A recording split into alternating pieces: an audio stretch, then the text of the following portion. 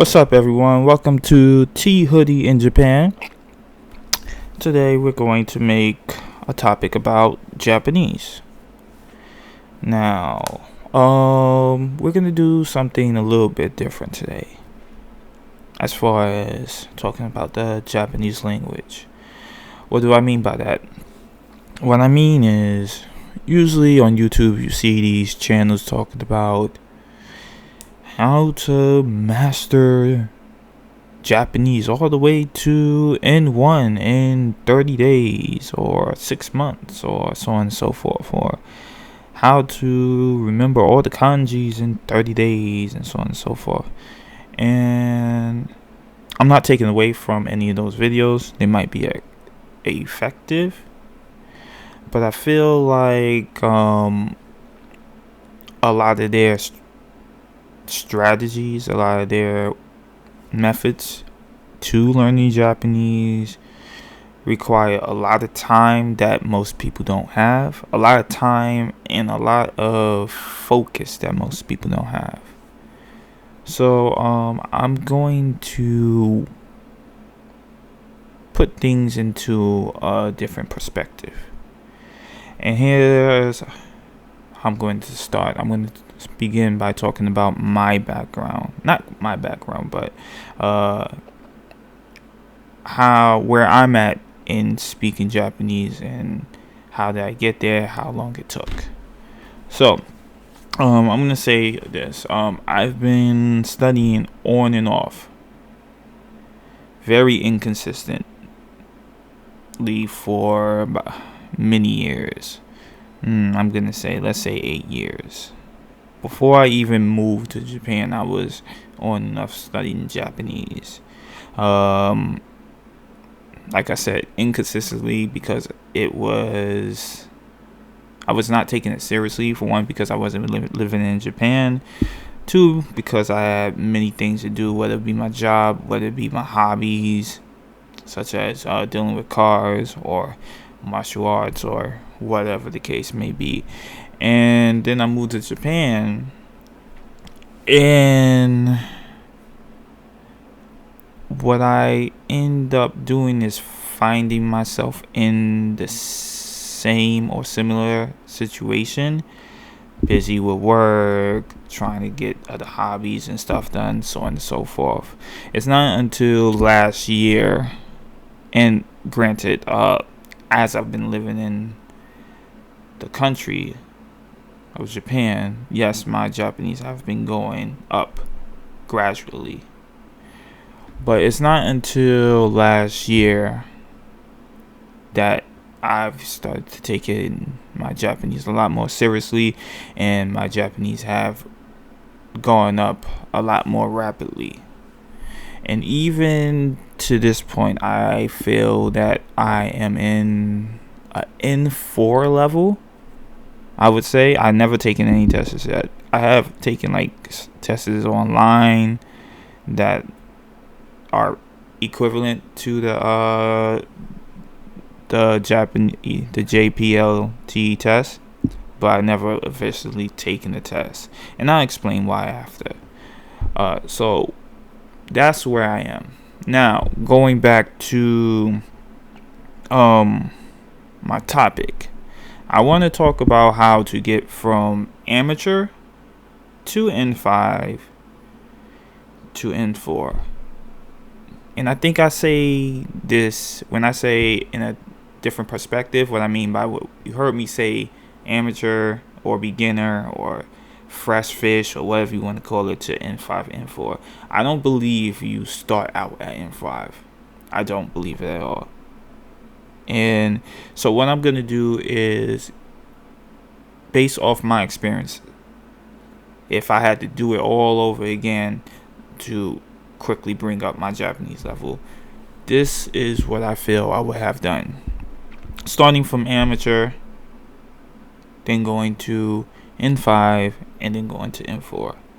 Now, at an amateur level, of course, you know absolutely nothing about Japanese except maybe a couple of words or phrases you hear from anime and stuff like that. As an amateur, my recommendation is to get a starter pack. What do I mean by starter pack? Well, let's think about it. If you have been any level of have had any level of nerd-ish tendencies when you was young, maybe you played like Pokemon card game or the Yu-Gi-Oh card game. There was always this starter pack, and what the starter pack would do is it would give you a set of cards that you could just play with. Mind you, if you just bought like a random stack of cards, you get a whole bunch of different type of cards, maybe a rare card and so on and so forth. But with that alone, or even if you bought like 5 of those random cards, you probably couldn't play the game, because it's like everything is all mixed up into whatever the case may be, and you don't have the basic essentials to play that game, whether it be Pokemon card game or the Yu-Gi-Oh card game. So what I mean by starter pack is, as far as Japanese, is that you want something that will give you the basics. What I mean by basics, I mean it'll teach you the basic grammars. It will give you some starting vocabulary words. It'll teach you about hiragana, katakana, and then eventually kanji. And you basically start out with those things. You learn the fundamentals of all those things. And so whether that be, for example, the book Genki or Japanese from Zero, none of those I've honestly never used. When I started, I used a program, and there's an app now, but a program called Human Japanese. That's how I started. And I'm not endorsing any of those or promoting any of those. What I'm trying to say, at the end of the day, you need some type of starter pack. Now, once you got the starter pack and you feel like you got a good grasp of the starter pack, then congratulations. That's when you're in that N5 level. Well, let me take that back. Some stuff like Genki and Human from Japanese might go further into the N5, N4, N3 into one level, but I in my opinion, when you get that first book, I feel like you're not in any N level, you're in an amateur level. So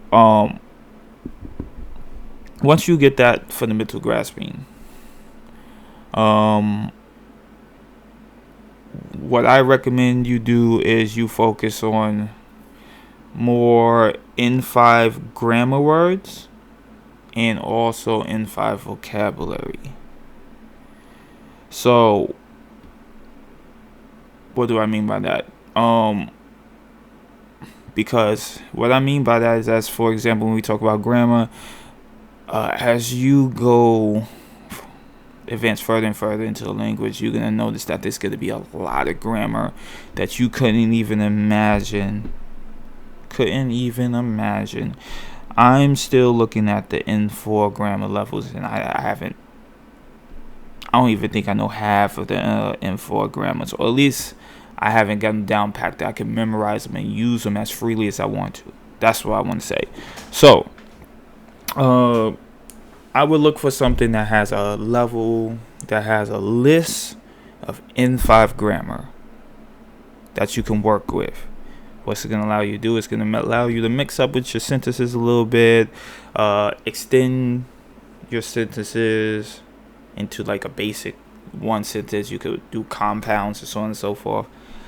It'll allow you to do stuff like that, along with a little other quirks. Second is, I recommend you get an N5 vocabulary book. Now, I do have a N5 vocabulary book. I don't have it on me at the moment, but I will describe it. What it is like it says N5. These are all N5 level books. N5 level vocabulary.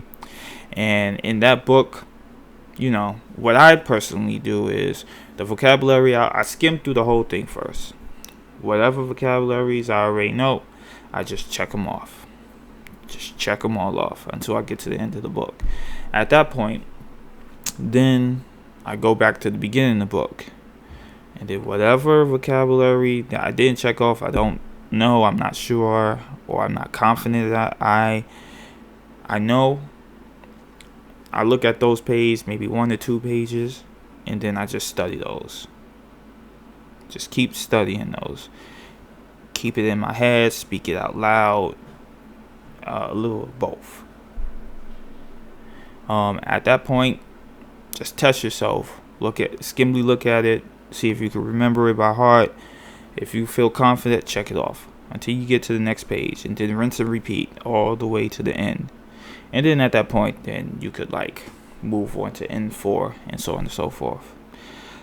Same thing with the grammar. You want to memorize the grammar. Now, I'm gonna give a shout out to, and I don't know this person, but I definitely love this person's content. His name is Gingo Gamer, or Gamer Gingo. I believe it's Gingo Gamer, and he has a list of grammar for N5, N4, and N3. He currently doesn't have N2, N1, but maybe he'll have it later, maybe not. I'm just happy with what he has right now, because I'm going through his list of grammars, and I haven't even mastered everything what I see on his N4 level. So, but I'll give you some more details what it consists of. He basically has a channel on YouTube, and he basically point out a whole set of grammar and give examples within video games, mostly video games, how it's used, and so on and so forth.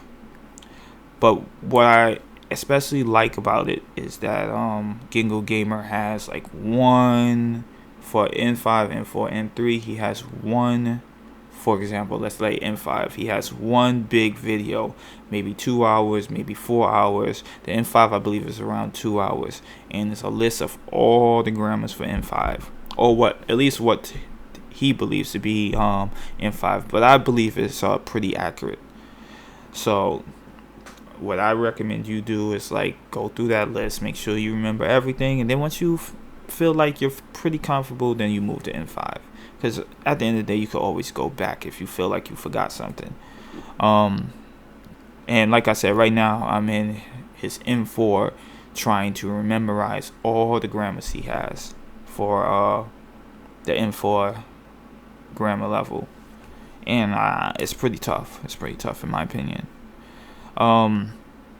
So we got vocabulary out of the way, we got grammar out of the way. Now let's talk about writing.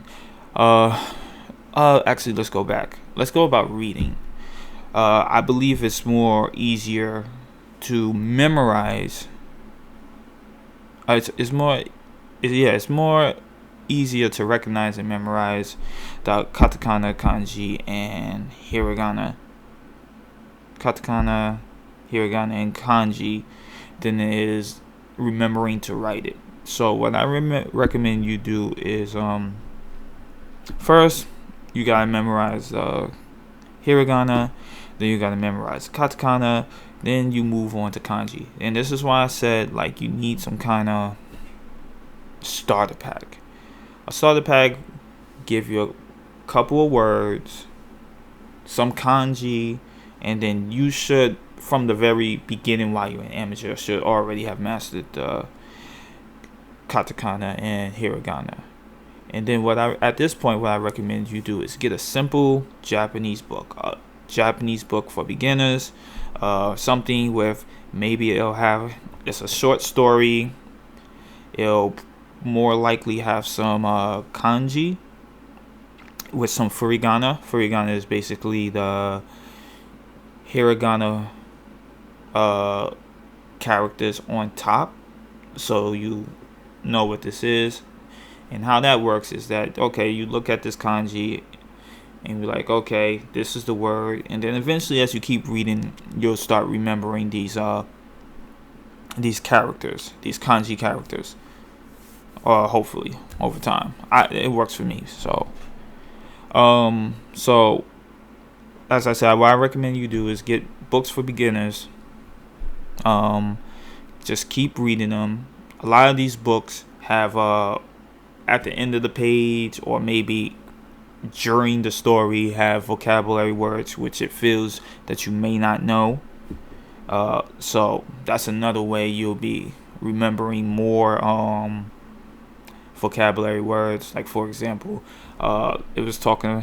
One story was about some homeless man, so I learned words like bimbo, which is basically poverty or poor, and that's a noun version. But there's also mazushi, which is also poor, but that's an adjective word. And then other words like mercy, like masake, and basically words like that. Of course, there's words that I already knew, but there's always in the story some word that I didn't know, and I wouldn't know unless I was reading those books. So I highly recommend you read books. It's going to help you in your reading, and it's going to help you further with vocabulary words. Now let's go to writing. Writing, there's no way around it. You have to read. I'm sorry, you don't have to read. You have to just write it until it's just muscle memory, and you don't need to think about it. There's honestly no way out of it. Yes, you will learn some tricks along the line, and I don't really want to get into that. Assuming that you're coming from an amateur level or even an N5 level, I don't want to really get into that. But my recommendation is that you get a kanji book. Sometimes they have kanji books where they have you practice it in a well organized fashion. If you don't want to do that, if you want to do like sandbox, get book would just throw you a list of things, or picture cards with with a whole bunch of kanji. But at the end of the day, you're gonna have to write them out. Not only write the kanjis out, but you might also want to write words using those kanjis. You're gonna want to use words using those kanjis, and if you really want to push yourself, I recommend you also start making sentences, and that's gonna get you a lot better. Like I said, there's really no way around it. You're going to have to write. It's going to be repetition after repetition after repetition, for hours, for days, for months, years, if you want to master Japanese. And it's not going to be you're going to know all the kanjis. At the end of the day, Japanese natives don't even know all the kanjis. But if you want to get to that fluent level, that native level, close to that native level, that's what you're going to have to do. Now once you do all that, I had briefly talked about taking the JLPT test. I would say this: if you're looking for a job in Japan that requires you to learn Japanese, then you should take the test, because it's gonna be the kind of proof that you understand Japanese. Why they can't just test you on your own and speak to you in Japanese and have you write some stuff in Japanese, I don't know. But I guess the test is kind of just a paper. They just look at it. Okay, I'll trust you. For me, I really honestly have no intentions to be working in a Japanese company, so I have no need or interest in using the test. I don't feel like using my time and money for it at the end of the day. And on top of that, there's things online that you could use that's pretty equivalent to the test. Of course, you don't get the certificate at the end of the day, but if I just wanted to test my proficiency skill, there's stuff online, whether it be some website where you could take the test, reading and comprehension, whether it's on YouTube, there's a lot of listening and comprehension. So there's things like that where if you want to take the test at any level, you can do so. It's just that you're not going to get that score and that certificate at the end of the day. I will also talk about the going to Japanese school, and I would say this. Well, let me just say something about myself. First of all, I'm cheap, so I don't want to go to a Japanese school if I don't have to.